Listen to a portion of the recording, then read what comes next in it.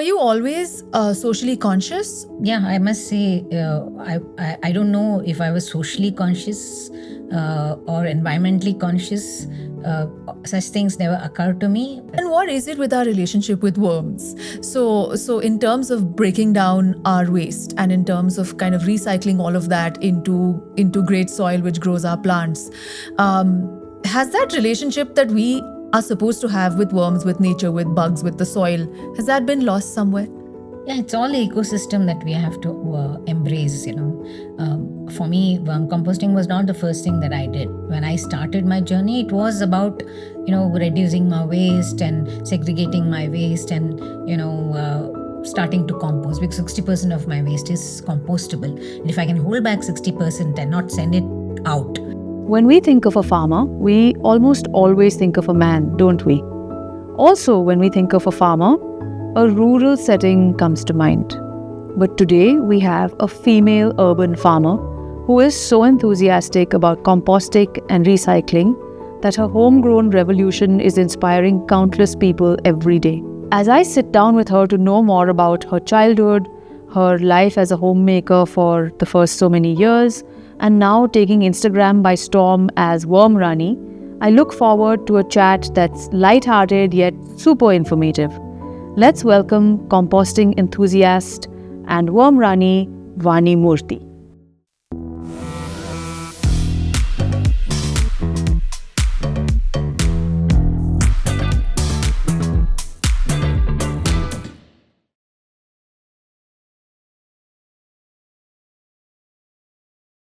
You have been an active voice in how we can all lead a low waste lifestyle, right? And this has been for a decade plus.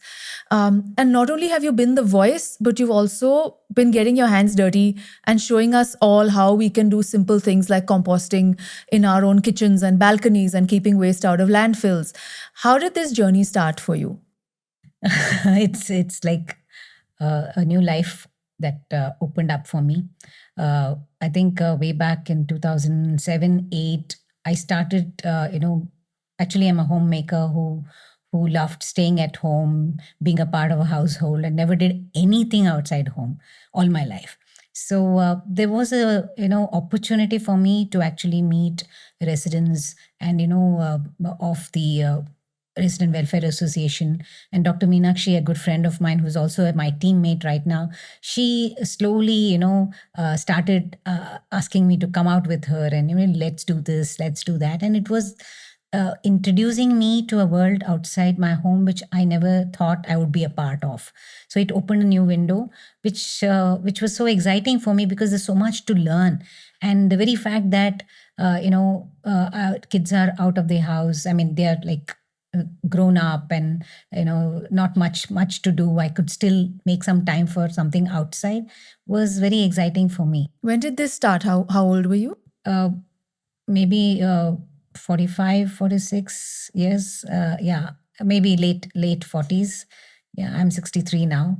So it has been a great journey, I must say. The best part of my life. Amazing. That I'm living now. And you're just getting started, right? Absolutely. Yeah. So were you always socially conscious, or did this journey kind of start unfolding when Dr. Meenakshi kind of approached you and, got you involved in various activities around your colony? Yeah, I must say, I don't know if I was socially conscious or environmentally conscious. Such things never occurred to me. Whatever we were doing, I've grown up in a very middle class family. We were always careful about not wasting too many things, and lived a very life of limited means, and all such things. So we are used to being away, not waste stuff. But then what I saw, the destruction that's happening because of a lifestyle, and all that was new to me. I didn't know at all what a landfill is, where does our waste go. Nothing was known to me. So I think I learned a lot because Meenakshi was a great mentor for me, opening up my eye, because she was in the middle of it and she knew a lot. She was a professional. I was like always in awe of her because she was a gynecologist who was a fertility specialist and clinic, running her own clinic at the same time, very involved in, let's go and do the waterless correction. Let's start a project, where we get people to start segregating their waste. So within Malleshwaram, it was like, it was very exciting to be a part of whatever she was telling me that could open up a lot for many more people. So that's how it's all started for me. Yeah. And what were the initial years like? I would say it was learning, awareness through learning. So the more and more I started getting aware of things, because it's constant. I think learning doesn't stop all your life. So the more I learned things that was very important for me to understand and start a new practice, which would ultimately lead me to where I am today. So I think that's what, it's always a slow and steady and sustained effort that would actually make a difference to yourself and to the people around you. Right. But take us back a few decades to your childhood. What was it like growing up? I do know that you have a twin, right? Yeah. Are you identical or fraternal? No, fraternal twins. Fraternal twins. So while I know that you won't know what life is like without her and she without you, what was it like growing up? What was your family situation like? Well, it was my dad who was the only sole earning member, and he was with 6 women in the house, 4 daughters, his mother, and his wife. So he was an amazing father because he had his mother like on a pedestal, my grandmother, and he always made every woman feel very honored, and give them a lot of credit, and always looked upon they're the strongest. He'd make us believe that women are very strong, and we should respect them. And it was a very close knit family with few friends, in the colony. And it was fun growing up, especially with a twin, because there are all kinds of stories that happen when when you grow up with a twin. We did everything together, same school, same section, same subjects in college. Everything was like, I couldn't do. My life was nothing without her. So it depended so much on her in my growing years. Yeah.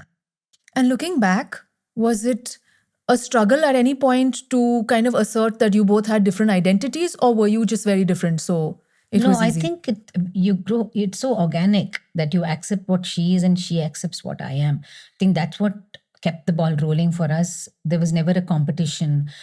For me, I'm in awe because she was such a tomboy.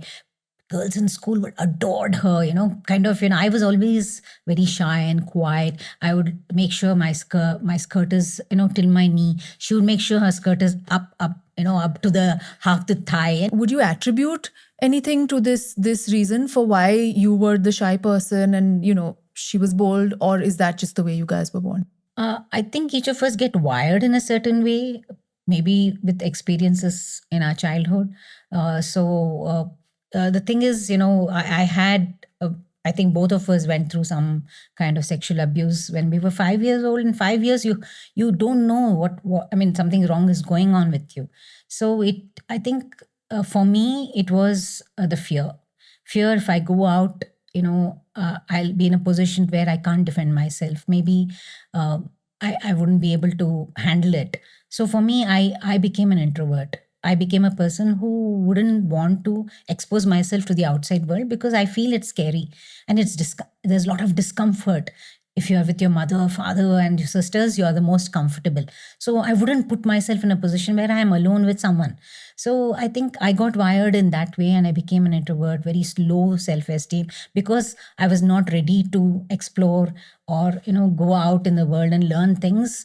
I became, I didn't have self-esteem. I was not good enough. And I would always see my sister, So I said, she's there. I don't have to worry about anything. I don't have to worry about anything. And this is what she started playing cricket. She loved playing cricket. And for me, it was by default because I'm with her all the time. I got into the university team, to the state team, because she was playing cricket.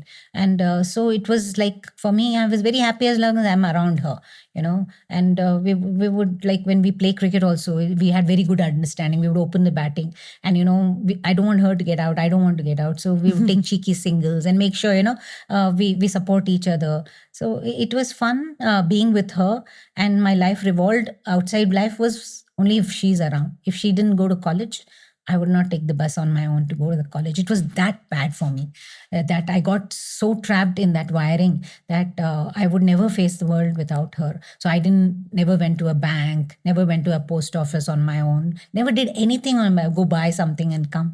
Never. She was the one who would happily do everything outside the house, help my mother get things and all that. So, and people were just, okay, this is my character and I am like this. So nobody forced me to do things that I didn't want to do.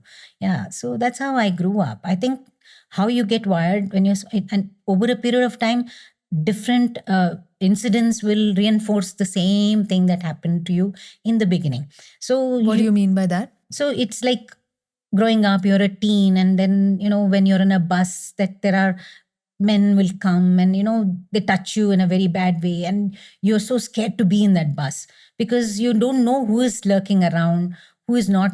So I think that is the one that keeps reinforcing constantly that I don't want to be uncomfortable. I don't want to put myself somewhere which would, because I'm not the person who will fight it out. My sister will just turn around and give him one. She would just she'll hold the collar. She's done that for boys. So she was my protection. You embrace the life of a homemaker, right? And that's something you kind of really put your heart and soul into. When you look back now, would you have done anything differently? Or did you just do it out of love and, did you just enjoy every moment? Nothing different. I think everything is so organic because I don't have any set mind to be this way or that way. It's so much easier to, I wouldn't say adjust, but, everybody has their opinions. It's okay for people to be this way, and you don't have to force yourself to be some way and make them understand. So I don't think there's anything that I would change at any point of my life, what I have gone through. For me, basically, everything is very organic because I'm not resisting anything nor, trying to be a certain way. So I think I made my life easier that way for myself and people around me. Yeah. And would you say that these years that you spent, kind of really focusing on the home and the family, that has had any bearing on what you do today? Because today also you are essentially a nurturer. You might be nurturing something else, but you are a nurturer and you're a deep caregiver. My sons will always, question me in such a way that, I try to understand more of the outside world. They've seen more of it than me. So it's like they would question me and I would get irritated. And then it'll open up something for me to understand something better. So I think that constant encouragement had made me realize a little more about myself. And also I went through a course that really changed the way I looked at myself.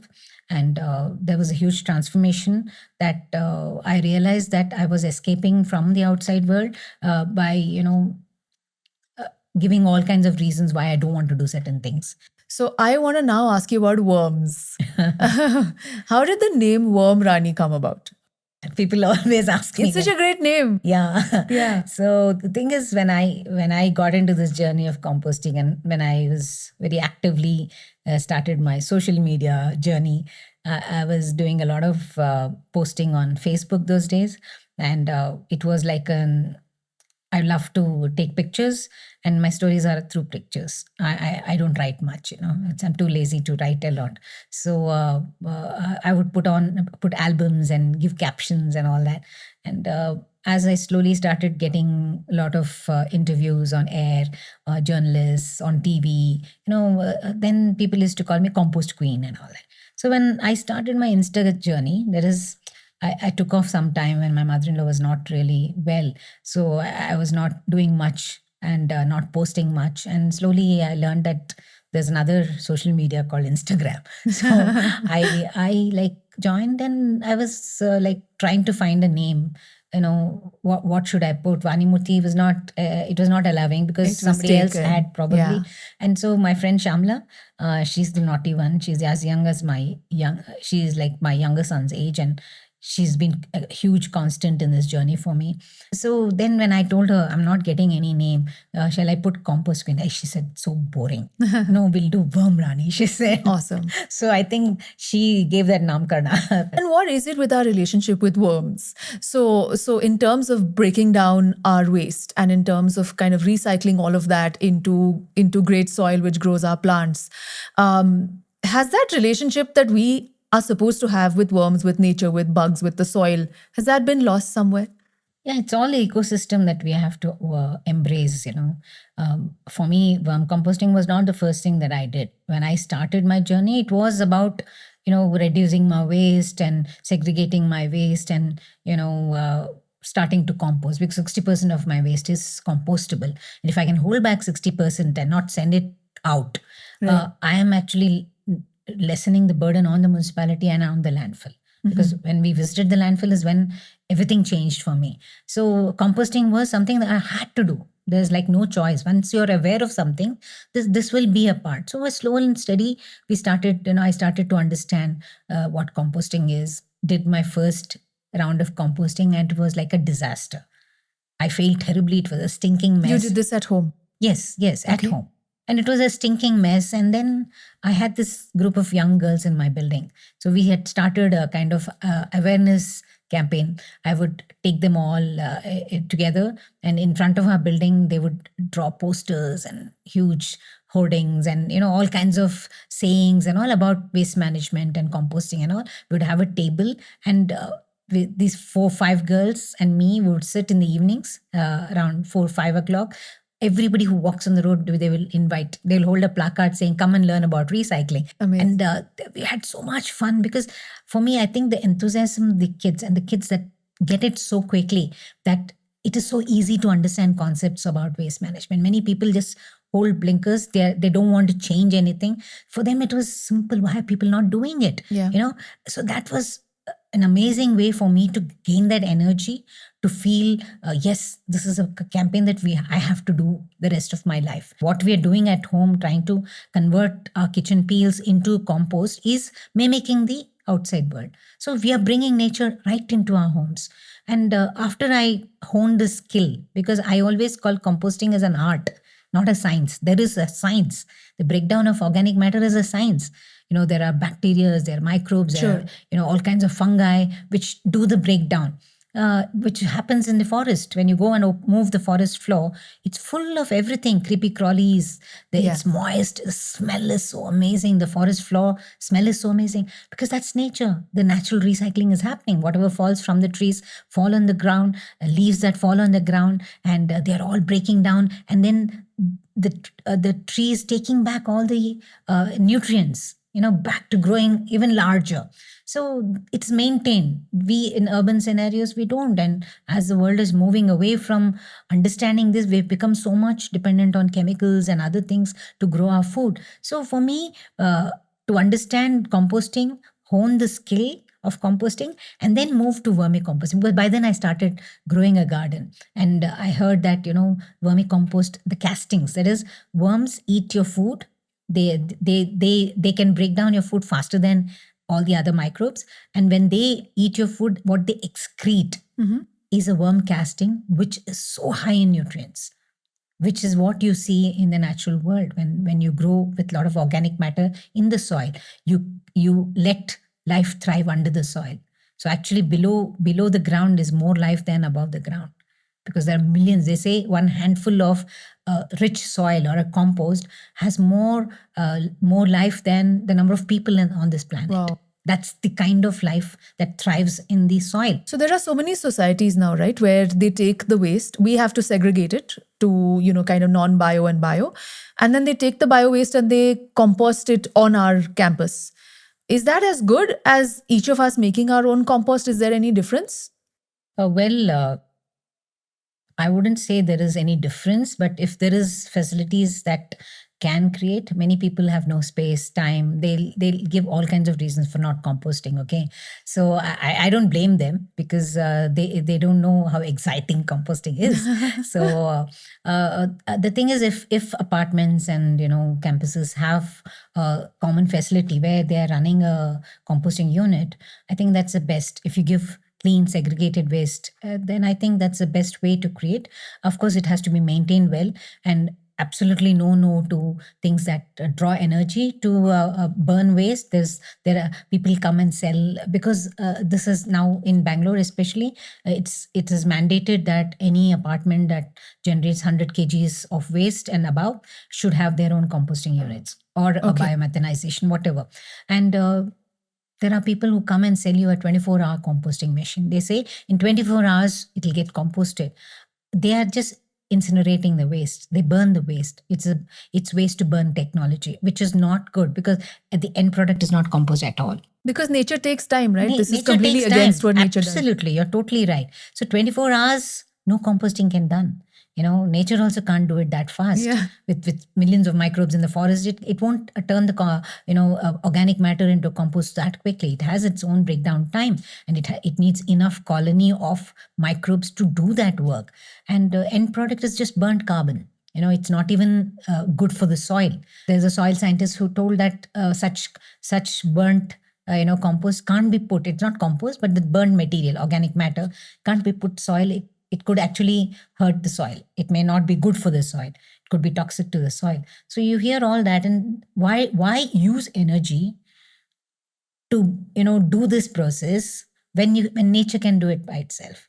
So you're also using electricity for that, and the smell that comes in the burning process, a lot of people won't like it, and it breaks down, and they don't even come to repair it. So it's like a lot of such scams happen, and we are totally against this. There are lots of composting. If you go to Swachhagraha Kalika Kendra, you have a demonstration of different large scale composting methods that we can use. Yes, there is. You'll have to have few protocols in place, that it has to be clean segregated waste. In that organic waste, people should not put other things like plastic, a glass, or something like that. And then you should have a proper trained staff to not just pick it up in a segregated form, but also how they can maintain, loading the process, and how much of browns to be put so that, it doesn't stink. Because What many are people, brown?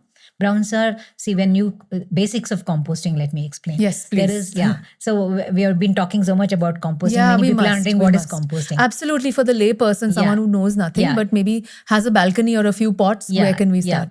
So, we came to a large scale before we did what we can do at home, right? So, composting is nothing but breakdown of organic matter. So every day we eat our food, we have peels, like right from the morning when we eat fruits, we have peels of fruits, vegetable peels. So stick to basics. A lot of people, can I put leftover sambars or spoiled rice into it? I said, when you start composting, don't do all that, because it's a sure shot failure, because it's too dense, too wet, and it may not work for you. So stick with peels when you start for the beginning. So you have your peels, okay? You have maybe a kg you generate in a day. Depends on how big your family is, how much of food you eat. If you're ordering out, you'll hardly have any peels at home. Or when you cook your food every day, 3 times a day, of course you'll be generating a lot of kitchen waste, and all of them are organic matter that needs to go back to building soil.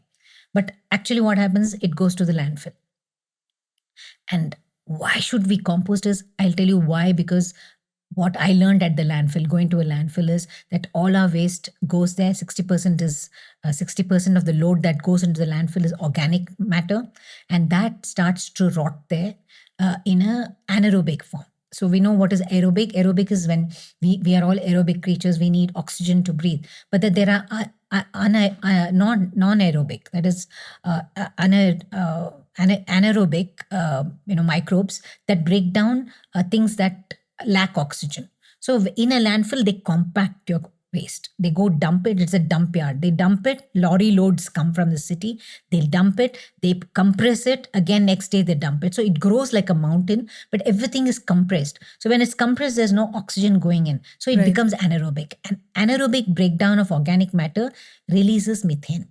Methane is one of the deadliest greenhouse gases, which, we talk about climate change today.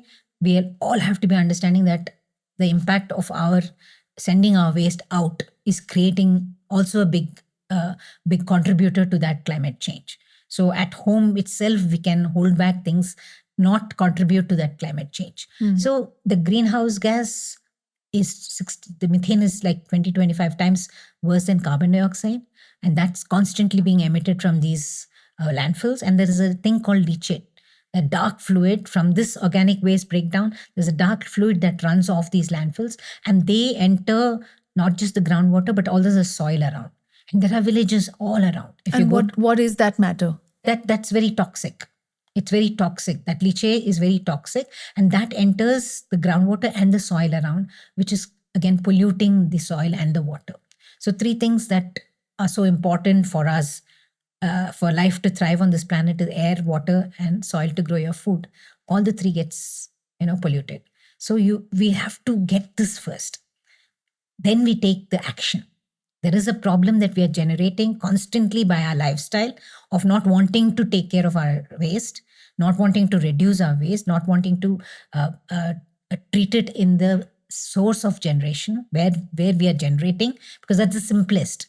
Yeah. Because the smallest quantity is where you're generating it. When you load on to the municipalities, it becomes humongous, and the problem is also humongous. Right. So if each of us are conscious of that, I think we will take action. It is action time now. With climate change, we can't give excuses anymore for not being conscious citizens of this planet, trying to put small, little practices into our lifestyle, which becomes a permanent thing that we will be proud of, and we are contributing to a better planet. So at home, if you're composting, take those fresh peels. They're called the greens. They're high in moisture and they're high in nitrogen. If they start breaking down, again, you'll have the same problem, leachate, and there will be smell. I see. Because they break down when they clump when they're wet. When they're breaking down, they clump together and very moist ball it'll become. So you need browns along with that, which is a carbon material and which is dry material. And dry leaves are the best. In season, there's so much dry leaves that nature sheds, trees shed for a purpose. It's supposed to stay on the ground, break down and go back into building that soil. But what happens is we sweep our compounds, we want sanitized place. We look at dry leaves as kasa, as, garbage.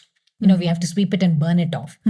Such horrible practices, because when you burn dry leaves, dioxins enter the air. It's not even good for you to breathe that.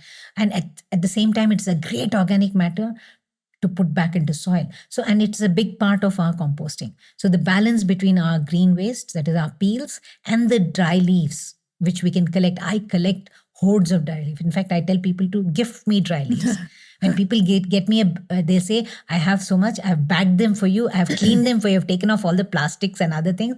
I'm the happiest. I'm so grateful that this person is so caring, because she knows how I value it. She's kept it clean. My friend Janvi, every year she gives me 3-4 bags in her compound that she sweeps, and she bags it for me. And the most precious gift. I know now what to get you if I come home absolutely, to meet you. Yes, absolutely. yes. If you have a compound and dry leaves, please send it. We have lots. Yeah. Order it to me. You have just a balcony, it's fine. Have a container. Today, there are so many people who come up with nice, very aesthetic looking, composters which could fit in your balcony garden. Like Daily Dump. Yes, Daily Dump, exactly. And Poonam has pioneered this with design, and an amazing person. Lot of my composting journey, I owe it to her because of the hand-holding that she did and the inspiration that she was. It will never ever smell if you maintain it aerobic. So you have to make sure there are enough browns. So it's all experience. So finally, what is composting? Composting is, like I said, it's an art, and the art is honed only by experience. So you have to try it out and experiment with it. It should be your lab. It's a beautiful science lab in your balcony. So I think the excitement part is what, gets you going. And once you hone that skill, it's for life, because you're so excited when you see that black gold. It smells so amazing. Yeah. You put it in your plants and they grow healthily. Do you gift that to people? if they want. I don't necessarily gift it. Before we used to. In fact, the girls in my building, we used to have a table outside. They would pack all the compost in paper bags and put 10 rupees on top. So many people buy. Put it in your tulsi, homemade compost, put for your tulsi plant. If you don't have a garden, put for your tulsi plant, they would say, and they would give, So yeah, I think it's a wonderful way. If you don't have garden, you can gift it to people who have garden, or you can go to the park and put it into the park. As long as you're holding back that 60% of that waste would have got lost and absorbing dry leaves which were around your home. Yeah. So you are actually, precious resources are being converted into something that is good for the soil. So you become a better person. You become a conscious person. You feel, in this journey, you feel, you're doing something for the nature. You're contributing for a better planet. So it is a high. I would call it's the best high substance that I can ever take. Amazing. By having this practice every day, that my one peel doesn't leave my home, and I'm converting all of this into something, and I'm putting it into soil to grow a food. And once I grew my own food, I understood. I always thought there's something called the green thumb. I've never grown a single plant all my life. And when I composted is when I started growing with small steps, 4-5 pots, put some methi and some. And when they grew, there are challenges. Of course, you don't know because you're the first time you're doing. Again, there's an experiment. I'm so glad life opened up for me to experience all this. That's the best part. That's why I feel today is the best day that I've ever had. Amazing. So it's always you evolve, you grow, you're constantly learning, and for a good cause, where you have the connection to the nature, you have connection to the ecosystem that's supporting you. So you owe it to the ecosystem. Yeah. So I constantly tell that every day when I compost, I feel that action is what pays my rent to live on this planet. It's that, because for me it's that precious, because I owe something to this world. And if I'm not doing things that support her, her health, my Mother Earth's health, then I'm doing so. It's so conscious effort that we need to put. Then it becomes a part of who you are. And it's like getting up and brushing your teeth. You're not even, putting that extra effort. Once you've learned and honed the skill and you got that connection and you know that you're going to do it forever, till the last, I'm going to continue it. So it becomes a part of a lifestyle. It's a part of a precious lifestyle that is doing very little to pollute the world outside. Today lifestyle is the biggest problem. The way we live is what is, we are not even aware of the impact of our practices. When you take any disposable stuff, use it constantly, single use once and discard it. Where is it going? How much of resources used to making it? And then after making it, you use it once and you discard. It makes no meaning, because resources are limited. There are future generations ahead of us which need to also live on those resources which this earth gives. But how long? It's not infinite. So how do we conserve resources at the same time not let a lifestyle that constantly puts things out to pollute our planet? You see plastic everywhere. You dig if you dig to create a house, you want to build a house, you dig it, you'll find only plastic. Everywhere, there's plastic. So we have to be mindful. Our lifestyle should support this planet. You're someone who's really mastered the art of Instagram, right? Your videos, your carousels, your posts, your pictures, even the write-ups that you do. For someone who figured this out a little reluctantly, I think, what has that been like for you? Is there someone who helps you do this, or you've just done this all on your own? Well, I don't think I've mastered anything, but like I said, the excitement of learning. I asked my son once, long back, help me understand this. He said, figure it out yourself, Ma. I think that's the best advice he could have ever given me. And I think that's the best advice all of us can take. Because no amount of, coaching, learning, understanding, I don't think you learn until you experiment with it. So for me, once he said that, I know I'm not going to get help from him. So I started exploring, finding out what I can do. So the thing is, I don't have anybody who helps me. For a short while, my niece, when I started my Instagram, my niece Aarti, she was like, very excited because I'm getting followers very quickly, especially during the pandemic. And she was just excited that I should get my 10K, because there's something called the scroll up, which I didn't know. You can swipe up something, she said. And she applied for that. She said, and I think till I reached, they kept rejecting, and she was so angry, you're such an authentic. She wanted the blue tick. She wanted something called the blue tick. And I want that for you. So she applied and she was very excited. And till I got my 40,000 followers, I didn't get. It was rejected some 3-4 times. It didn't come through. So finally I got it, and she was so excited. So she would give me kind of, support. Amazing. So from a quiet person, a shy person, a homebody, to Worm Rani on Instagram, as a person, what did it take? I don't think so, because people outside see the difference. My twin says you're exactly opposite of what you were, because she knew exactly what I was. And today, how comfortable you're to talk to groups of people. There's an audience of 300. I'm talking on stage without, because I so much believe in what my mission is. It is so much in my DNA, kind of. So it's so compulsive for me to say things, do things, all that. So I feel it hasn't taken anything from me to be who I am, because of the cause itself that propels you. And it's like, if more people have the excitement that I have doing this, why not? Yeah. The whole thing is about opening up maybe there are people on the fence who are hesitating, and then maybe what I said could make them jump onto the other side. So I keep it very basic, very simple. Do it your own time. There's no judgment here. I think what gives me more power to be who I am, with the confidence that I talk and say, is because I'm not judgmental here. I'm just sharing my practice. I'm not telling anybody you should be like this, or you're doing wrong. You shouldn't be doing this. No, I don't go to anybody's wall and correct them. I don't go and preach people about, how they should have their lifestyle.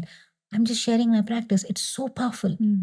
It's just so powerful that you're not in any way diminishing your own power to be who you are to the optimum level, what you can do. Yeah.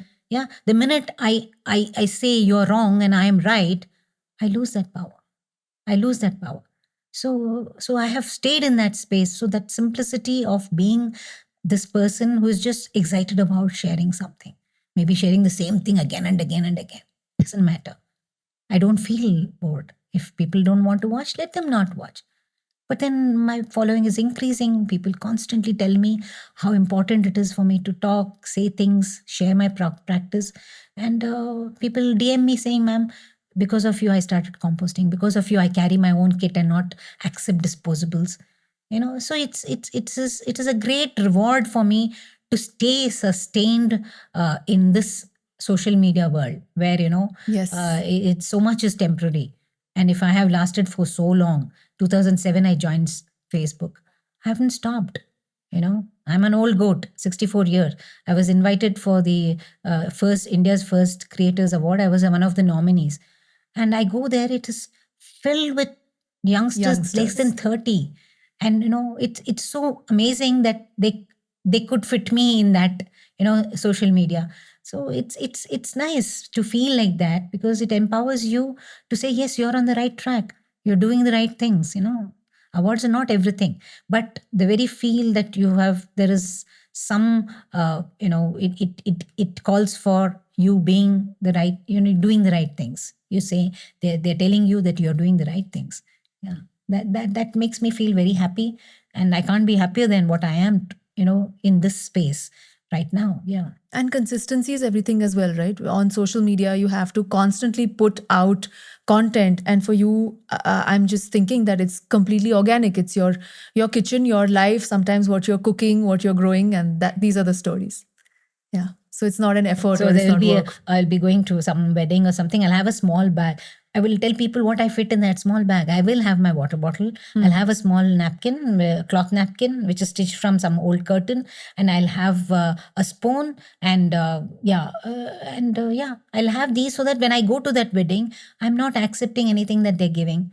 They have many friends who have functions, and they'll come and first and tell me, "We are so sorry, we tried to do, but we couldn't. There are, bottled waters, there are some plastic and all that." I said, "Why are you coming and telling me?" Yeah, I'm not complaining. Did Yeah. I look at you? I'm happily enjoying your function. Yeah. So for me, it's not about, many people are frustrated because they see the world outside. It's not Everybody changing is at the doing, pace which they it's would not want. changing. How come they don't understand? They shouldn't be, doing this, doing that. Your energy is just getting drained when you are in that space. I'm in a powerful space where I don't lose energy because I don't look at it in that way. And if there's one woman who you can point out who's been your inspiration, who's kind of driven you to become partly who you are, who would that woman be? I don't know. If I search in my memory, I don't think I can point any one person who has inspired me in this path. I feel nature. I feel the Mother Earth herself is the biggest inspiration for me. Once I connected to her, so I think she's driving me. Amazing. And as you know, on the Iconic Women podcast, we dress our guest up as that woman. And no one till now has mentioned a woman who never really existed in the human form and flesh and blood. But this is a different level of spirit, or They say Bhumithai, Mother Earth. She's a woman. Yeah. So that's the connection that I have. Amazing. Yeah. Are you ready to do this, Vani? Absolutely. Okay, let's just dive right into it. And I hope that I do a good job. This is I think maybe the most difficult one I've done till date. So I hope so. Okay. For this particular look of Vani's, I really wanted it to be a play on different shades of green. So I combined a couple of slightly more flowing fabrics with Chanderi sari. The team came up with this really beautiful twisted stems, and it's not actually made out of stem, it's made out of other recycled materials, and then painted to look like wood, which we held behind her almost like a halo.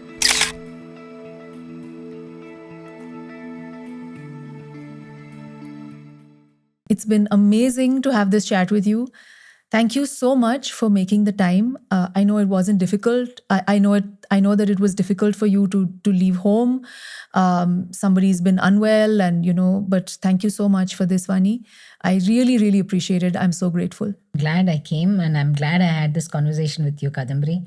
And I think you're doing an amazing job bringing women's stories to the world out there. I think they need to be heard.